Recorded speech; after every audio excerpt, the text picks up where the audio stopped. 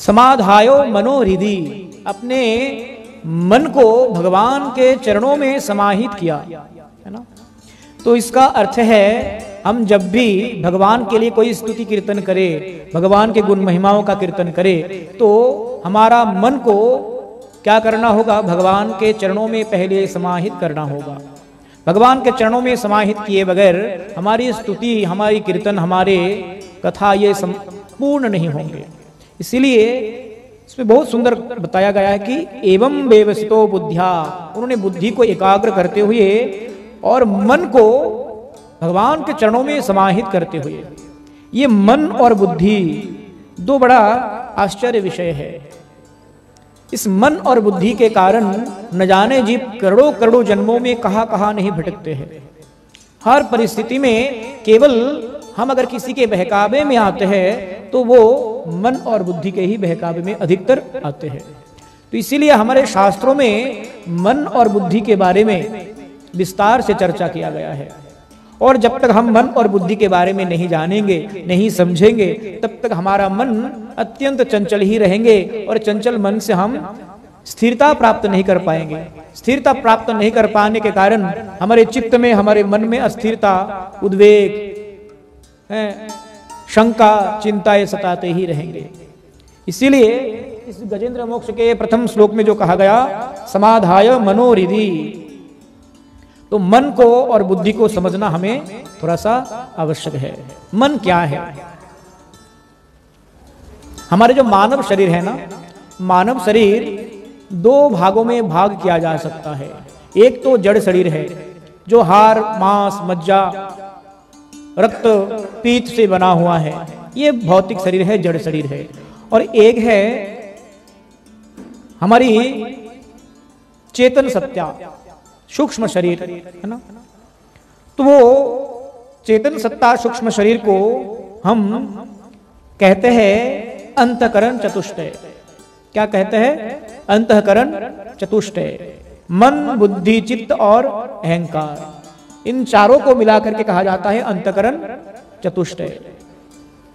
तो ये अंतःकरण चतुष्टय के द्वारा ही हमारे कर्म के विचार होते हैं। पाप, पुण्य आदि जितने भी कर्मों के हिसाब है, ये हमारे अंतःकरण चतुष्टय के द्वारा ही होते हैं। तो इसीलिए मन, बुद्धि, चित्त और अहंकार, ये चार वर्गों को हमें अच्छी प्रकार से समझना होगा। मन को समझने के लिए न जाने कितने कितने युगों तक प्रयास किए जाते हैं।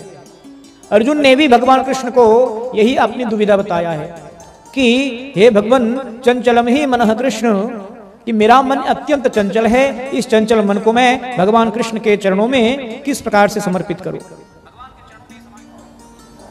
इसका क्या समाधान है? चंचल मन को एकाग्र कैसे किया जाए? जहां पर हस्ती योनि में आने के बावजूद भी गजेंद्र अपने मन को एकाग्र कर लिया। यद्यपि हस्ती को जड़ता का प्रतीक माना जाता है,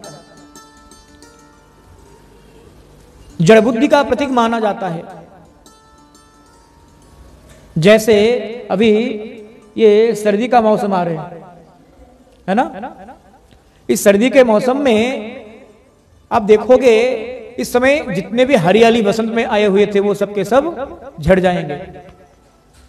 सर्दी में पत्तियां भी झड़ जाती है ना। पेड़ पौधे सूख जाते हैं, क्योंकि ये जो सर्दी है, सर्दी को गांव के भाषा में जाड़ भी कहते हैं, है ना प्रेम जी? जाड़ भी कहते हैं गांव के भाषा में, क्योंकि ये जड़ता का प्रतीक है। हम चाहेंगे कि सुबह मंगल आरती में आए, परंतु सर्दी इतनी है कि रजाई उठाने का मन ही नहीं करता, है ना। ये जाड़ यानी कि जड़ता का प्रतीक है। जड़ता का प्रतीक मतलब जिसमें जड़ता हो, जिसमें स्थिरता ना हो, और जिसमें हम एक ही विषय में जमे हुए होते हैं, उसको जड़ता कहते हैं। हस्ती योनि में आने के बावजूद भी गजेंद्र जड़ता को त्याग करते हुए प्राग जन्मानुशिक्षितम, पूर्व जन्म की शिक्षाओं को उन्होंने स्मरण किया और पूरे गजेंद्र स्तुति को उन्होंने भगवान के चरणों में समर्पित किया। तो हस्ती योनि में आने के बावजूद भी ये कैसे संभव हुआ? कुछ तो रहस्य होंगे। क्योंकि समाधाय मनोहृदि, उन्होंने अपने मन को भगवान के चरणों में समाहित किए, है ना। इसीलिए मन क्या है, मन को समझने की अब हम थोड़ा सा प्रयास करेंगे। देखिए, मन का जो कार्य है ना, इस कार्य से ही इनका परिचय हमें प्राप्त होते हैं, है ना। हमारे बंगला में कहावत है, वृक्ष तुम्हारा नाम की फले परिचय, है ना। वृक्ष कौन से है, इसका अगर परिचय लेना हो तो उनके फलों को आप चखिए तो अनुभव हो जाएगा कि ये कौन से वृक्ष है, आम के है, पिप्पल के है, ये इमली के है, खाने से पता चल जाते हैं फलों को। तो मन का कार्य क्या है, मन क्या करते हैं, इसको समझने से ही मन को हम समझ जाएंगे। मन का कार्य है इच्छा, चाहना, कल्पना करना, है? ये सब मन की क्रियाएं हैं। संकल्प और विकल्प, ये सब मन के क्रियाएं हैं।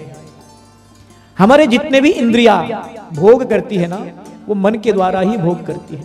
इसीलिए 5 कर्मेंद्रिय, 5 ज्ञानेंद्रिय कितने हुए, 10, और साथ में मन को जोड़ लिया गया, कितने इंद्रिया हुए फिर, 11 इंद्रिया। इसीलिए एकादश इंद्रियों के रूप में मन को माना गया। यद्यपि बाकी 10 इंद्रिया दिखते हैं, उनकी हमें क्रिया प्रतिक्रियाएं भी समझ में आते हैं। चक्षु, कर्ण, नासिका, जिह्वा, त्वचा, पाद, पायु, पानी, उपस्थ, ये सब दिखते हैं हमें, इनके क्रिया विक्रिया भी हमें अनुभव होता है, परंतु मन नहीं दिखता है। और ये 10 इंद्रिया देखने पर भी इतना तीव्र गति इन 10 इंद्रियों के नहीं है, जितना कि बिन देखे ही मन इतना तीव्र गति में धावमान होते हैं, है ना। चक्षु दिखाई पड़ते हैं हमें, हाथ दिखाई देते हैं, नासिका दिखाई देते हैं, परंतु मन दिखाई ना देते हुए भी मन की गति अत्यंत तीव्र है, अत्यंत प्रबल है। इसीलिए कहा गया कि जितने भी हमारे 10 बाकी इंद्रिया है, ये चक्षु भी अगर भोग करना चाहेंगे तो मन के द्वारा ही करेगा, वो मन के माध्यम से ही करेंगे। इसीलिए मन बहुत एक गहरा एक इंद्रिय है, बहुत व्यापक इंद्रिय है। इसको समझना हमारे सबके लिए बहुत आवश्यक है।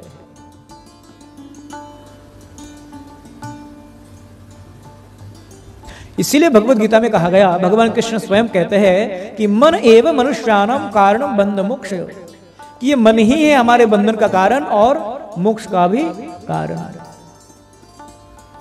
हमारा बंधन का कारण भी मन है और मोक्ष का कारण भी मन है, क्योंकि ये मन है जो कि हमेशा हमें अपनी तरीके से वो परिचालित करने के बारे में सोचते रहते हैं।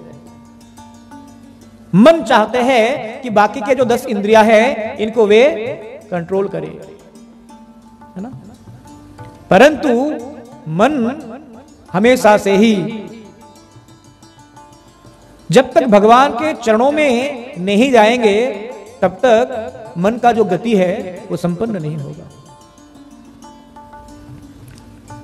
तो मन का काम है इच्छा करना, ये जितने प्रकार की चाहते हैं ना, डिजायर है ना, इच्छाएं है, इच्छाएं करना, इच्छाओं को व्यक्त करना और उन इच्छा की पूर्ति के लिए प्रयास करने के लिए बुद्धि और विवेक को दबाव में डालना, ये काम किनका है, मन का है।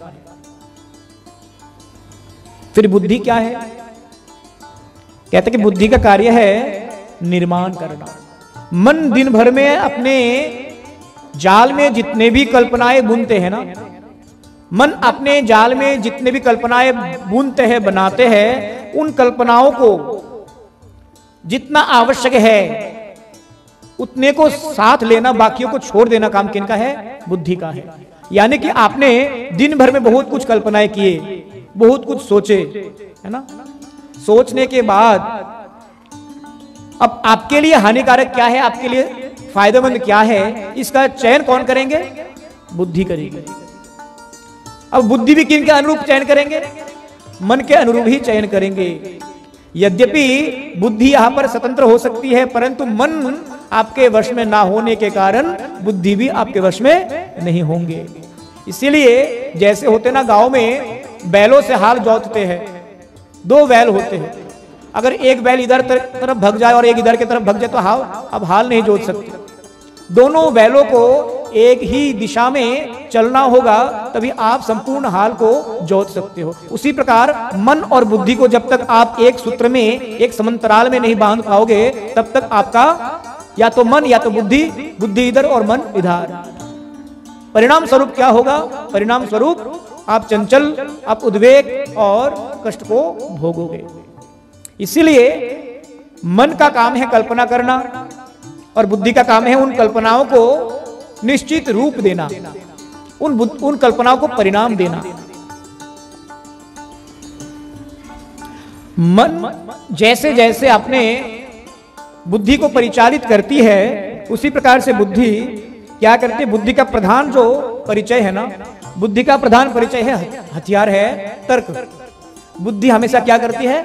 तर्क करती है। तो केवल बुद्धि को पहचानने के लिए एक उपयुक्त उदाहरण है तर्क। जब जब भी हमारे मन में तर्क आए, जब जब भी हमारे मन में नाना प्रकार के प्रश्न, संदेह, शंकाएं आए, तो हमें समझना चाहिए ये बुद्धि हमें भ्रमित करती है, कर रही है। तो इसलिए तर्क ही बुद्धि का परिचय है।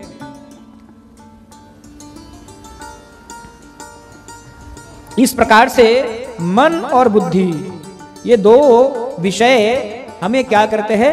हमेशा ही प्रताड़ित करते रहते हैं, मन एवं बुद्धि दोनों।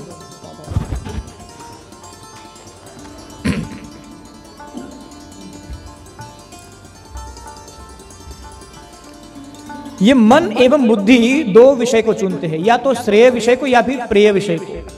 हमेशा मन दो विषय का चयन और बुद्धि दो विषय का ही चयन करते हैं। श्रेय क्या है?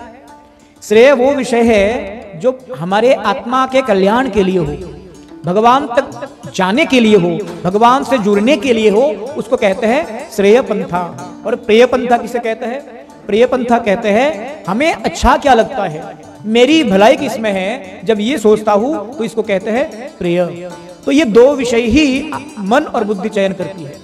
इन दो विषय के अलावा मन के पास और बुद्धि के पास कोई ऑप्शन नहीं है। या तो वो अपने लिए सोचेगा या फिर भगवान के लिए सोचेंगे। जो अपने लिए सोचेगा वो भगवान के लिए नहीं सोच सकते, और जो भगवान के लिए सोचेगा वो अपने लिए नहीं सोच सकते। इसलिए बीच मझधार में हम जैसे दो पैर दो नाव में रखेंगे तो किसी भी गंतव्य में हम पहुंच नहीं पाते हैं। उसी प्रकार मन और बुद्धि को एक ही जगह पर जब तक हम एकाग्र चित्त होकर के लगाएंगे नहीं, तब तक किसी भी स्थान में, किसी भी निष्कर्ष तक हम पहुंच नहीं पाएंगे। विवेकशील मनुष्य इसलिए क्या करते हैं? विवेकशील मनुष्य बुद्धि एवं मन दोनों के समन्वय के साथ काम करते हैं, है ना।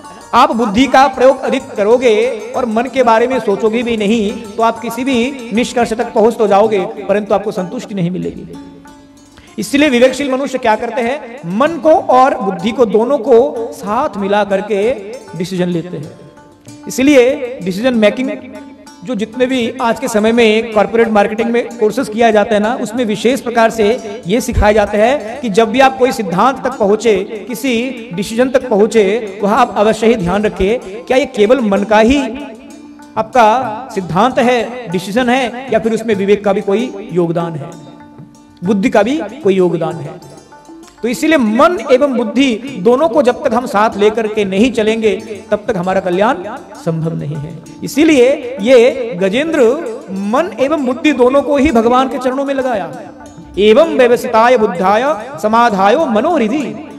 गजेंद्र मोक्ष के प्रथम श्लोक में ही बुद्धि और मन का चर्चा आते हैं। इसमें हम गजेंद्र मोक्ष की कथा को 2 मिनट में समाप्त कर दे सकते हैं। वो गजेंद्र को पकड़ा ग्राह ने इतना जोर से पकड़ा कि उन्होंने कितना प्रयास किया, बच्चों ने प्रयास किया, बीवियों ने प्रयास किया, हुआ कुछ नहीं। अंतिम में भगवान को याद किया, कहानी खत्म। 2 मिनट में भी नहीं लगेगा। परंतु इसके तात्विक मर्म क्या है ना, हमारे भजन राज्य में इसका क्या योगदान है, ये विषय बहुत महत्वपूर्ण है। इसीलिए कहते कि एवं बेविसिताय बुद्धाय समाधायो मनोहृदि। गजेंद्र ने जड़ शरीर में और जड़ता के प्रतीक होते हुए भी प्राग जन्म अनुशिक्षितम, पूर्व जन्म की जो इंद्रद्युम्न राजा के रूप में उन्होंने स्तुति को याद किया था, उन स्तुति को पुनः उनको स्मरण हो गया। अब पुनः स्मरण कैसे संभव होगा? हम परीक्षा के समय में उन विषयों को बहुत जल्द स्मरण कर पाएंगे जिनका अभ्यास हमने जीवन में अधिक किया, जिनकी पढ़ाई हमने अधिक किया। कई बार होते हैं एग्जाम के समय हम बैठे हैं और ऐसे क्वेश्चंस आ गया जो सिलेबस में पढ़ाया ही नहीं गया, सिलेबस कंप्लीट नहीं होते थे पहले पहले तो, है ना। साल में 2 एग्जाम होते थे, हाफ ईयरली और एनुअल एग्जाम। अब उसमें कई बार होते कि कुछ कुछ सिलेबस है जो कि पढ़ाया ही नहीं गया, परंतु फिर भी एग्जाम में आ गया। अब जो क्लास के टीचर है वो उनकी कमी है, उन्होंने क्लास कंप्लीट नहीं कर पाए व्यस्तता के कारण या अपनी खामियों के कारण।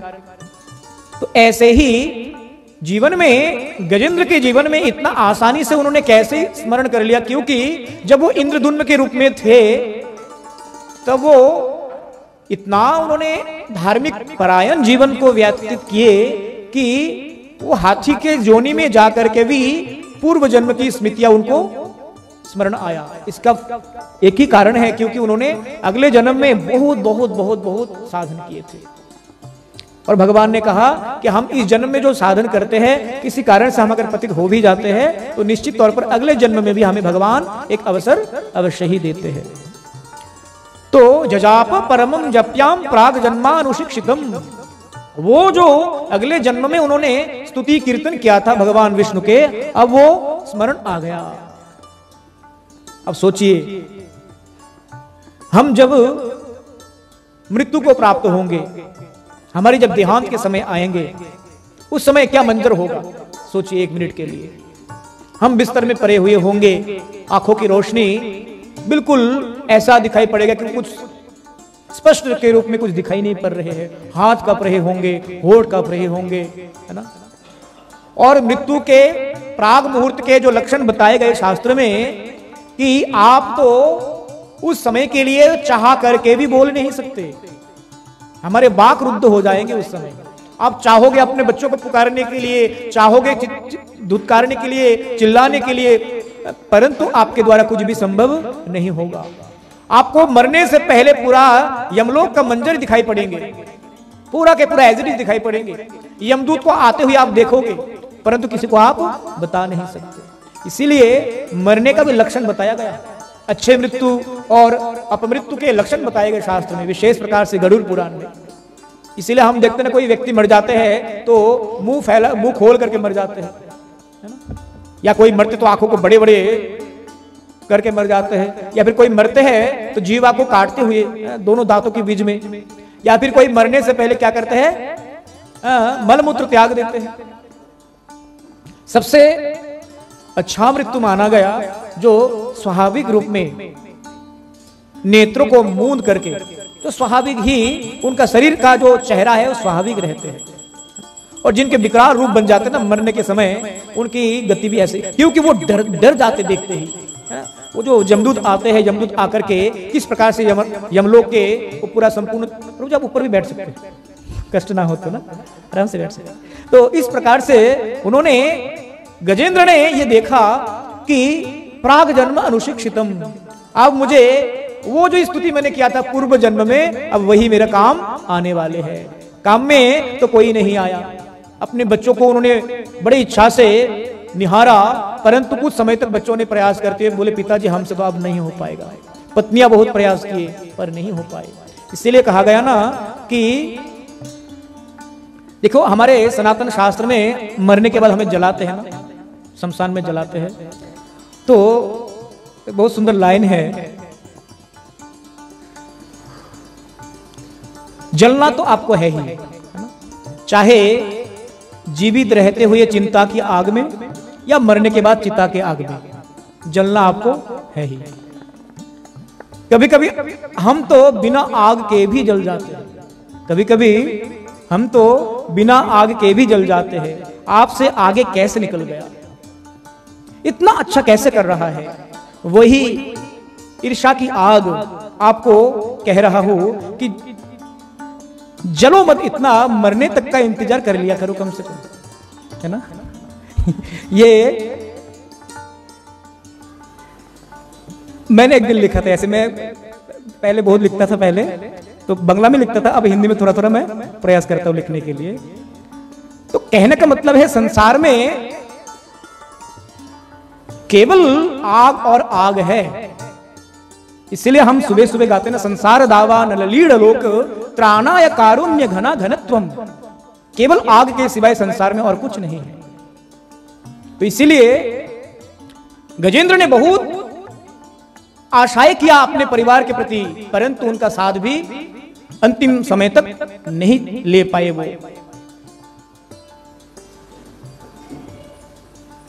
परिणाम स्वरूप क्या हुआ कि उनको अंतिम समय में एक ही दिखाई पड़ा कि भगवान के सिवाय कोई और हमारे सहारा नहीं है। इसीलिए प्राग जन्म अनुशिक्षितम, हम मृत्यु के समय हमारी स्थिति क्या होगी इसके प्रिपरेशन के लिए ही हमें भजन के लिए गुरुजी ने माला दिया, हरिनाम दिए, कंठी दिए, ये साधन दिए। साधन करो भजन करो मूर्ति जान ले होय। इसीलिए गौरी मठ में जीना नहीं सिखाते, जिंदगी जीना कैसे हो इसके लिए सीखने के लिए बहुत से आपको आपके भौतिक जगत में बहुत से आपको उपादान मिल जाएंगे। मठ में तो मरना सिखाते कि आप मरोगे कैसे, आपको कैसे मरना चाहिए इसकी कला अगर कोई सिखाते हैं तो हमारे मठ में सिखाते हैं। क्योंकि मरते समय देहांत काले तुम सामने हो, मुरली बजाते मन को लुभाते, है ना। देहांत के काल में अगर भगवान हमारे नैनों के सामने नहीं आएंगे तो पूरा जीवन ही व्यर्थ है, पूरा जीवन ही हमारा ऐसे ही नष्ट है। एक कहानी जैसे हमारे पूज्यपाद विष्णु महाराज भी सुनाते हैं। हमारे एक कवि हुए सुकुमार राय, सत्यजीत राय का नाम सुना आप लोगों ने? बहुत बड़े फिल्म मेकर रह चुके हैं, इंटरनेशनल लेवल के ऑस्कर मिले उनको। हाँ, सत्यजीत राय के पोते हैं, पोते या बेटा, शायद बेटा है। सत्यजीत राय के बेटा सुकुमार राय, वो बहुत बड़े पोएट हुए बंगाल के। उन्होंने ये कविता लिखी थी। इधर हिंदी क्षेत्र में भी इसको वैसे कहानी के तौर पर पढ़ाया जाता है कि एक नैया, एक माझी, ये नाविक नैया बहाते हुए चल रहे थे, उस पार से इस पार लोगों को पार करा रहे थे, वही काम था उनका। तो ऐसे में एक दूर देश से पढ़ा हुआ युवक अपने गांव की तरफ लौट रहे थे, पढ़ाई कंप्लीट करते हुए आ रहे थे। बड़े अहंकार है, मन में अभिमान है कि मैंने इतने डिग्रियां हासिल किया। बड़े दिनों बाद अपने गांव को याद आया तो गांव की तरफ जाने लगे, और जैसे नाव में चढ़े वो धीरे धीरे नाव आगे बढ़ने लगे तो उनके मन में ना उथल पुथल हो रहे, क्योंकि पढ़ाई करके आया ना, होते ना अल्प विद्या भयंकरी।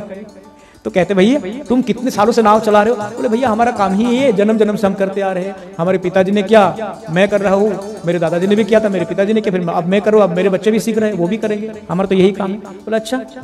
बोले कोई अच्छा काम और नहीं आया? बोले नहीं, यही तो काम है हमारा। बोला अच्छा। अच्छा तुम्हें पता है कि ये सूरज क्यों उगता है हर रोज पूरब की दिशा में? क्या पता महाराज, सूरज उगते ही मैं काम में लग जाता हूँ, इतना जरूर है कि सूरज उगने से मुझे काम में लगना है, ये पता है मुझे, पर उगता क्यों है ये मुझे ना तो इसमें मेरा कोई मतलब है और ना ही मुझे समझना है। बोला अच्छा चलो, तुम तो समुद्र में नाव चलाते हुए इतना तो पता होगा ना कि नदी में, नहरों में और समुद्र में चंद्रमा जब 16 कला परिपूर्ण हो जाते हैं तो उफान क्यों आते हैं? ज्वार भाटा बोलते ना, वो क्यों आते हैं पता है तुम्हें? बोले महाराज इनसे क्या मतलब है मुझे बस इतना मतलब है, जब उफान आ जाते हैं, ज्वार भाटा आ जाते हैं, तब मुझे किनारे की तरफ जाना है, क्योंकि मेरी सुरक्षा के लिए, बस इतने से मतलब है मुझे। बोले भाई तुझे तो कुछ पता ही नहीं है, तेरा तो पूरा का पूरा जीवन 16 आना जीवन व्यर्थ है, तूने पूरा का पूरा जीवन गवा दिया। बोले महाराज क्या करे, मूर्ख हूं मैं, ऐसा ही जीवन है मेरा। ऐसे करते करते अपने पांडित्य के, अपने विद्वत्ता के परिचय देते हुए बड़े अहंकार से आगे चल ही रहे थे कि अचानक से तूफान आ गए। नदियों में जब तूफान आते ना, जैसे खास करके जो नदियां समुद्र से मिली हुई होती है ना, विशेष करके जब आप गंगा सागर की तरफ जाओगे बंगाल में, है ना, वहां पर सुंदरबन के साइड में जब जाओगे, सुंदरबन के साइड में अभी भी ऐसे गांव है जिस गांव में हॉस्पिटल तक पहुंचने के लिए नाव के सिवाय कोई और जरिया ही नहीं है, और एक बीच में गांव है, चारों तरफ नदियां ही नदियां है। अभी तक इलेक्ट्रिसिटी नहीं पहुंची, अभी तक ऐसे ही वो लोग सोलर सिस्टम के साथ टीवीज देखते हैं, ये लाइट वगैरह जलाते हैं। तो कहते कि जब तूफान आया, तूफान आने के बाद पूरा नैया जो है वो हिलने डुलने लगी। आप नाविक कह रहा है, कैवट कह रहा कि महाराज आपको तैरना आता है? बोले क्यों? बोला अब तूफान आने वाली है, अब अगर तैरना नहीं आएगा, मैं तो छलांग लगा करके नीचे कूद करके तैर करके किनारे तक पहुंच जाऊंगा, आप क्या करोगे? और आपको मैं कैसे बचाऊंगा? मैं खुद भी बच पाऊंगा या नहीं ये कोई गारंटी नहीं, फिर भी इतना विश्वास है कि मैं तैर लूंगा। आपको आता? बोले नहीं। बोले फिर तो मेरा 16 आना व्यर्थ है ना, आपका तो पूरा 100% ही पूरा जीवन बेकार है। तो उसी प्रकार हम जीवन में कुछ भी करें, अगर हरिभजन नहीं करेंगे तो सब कुछ बेकार है।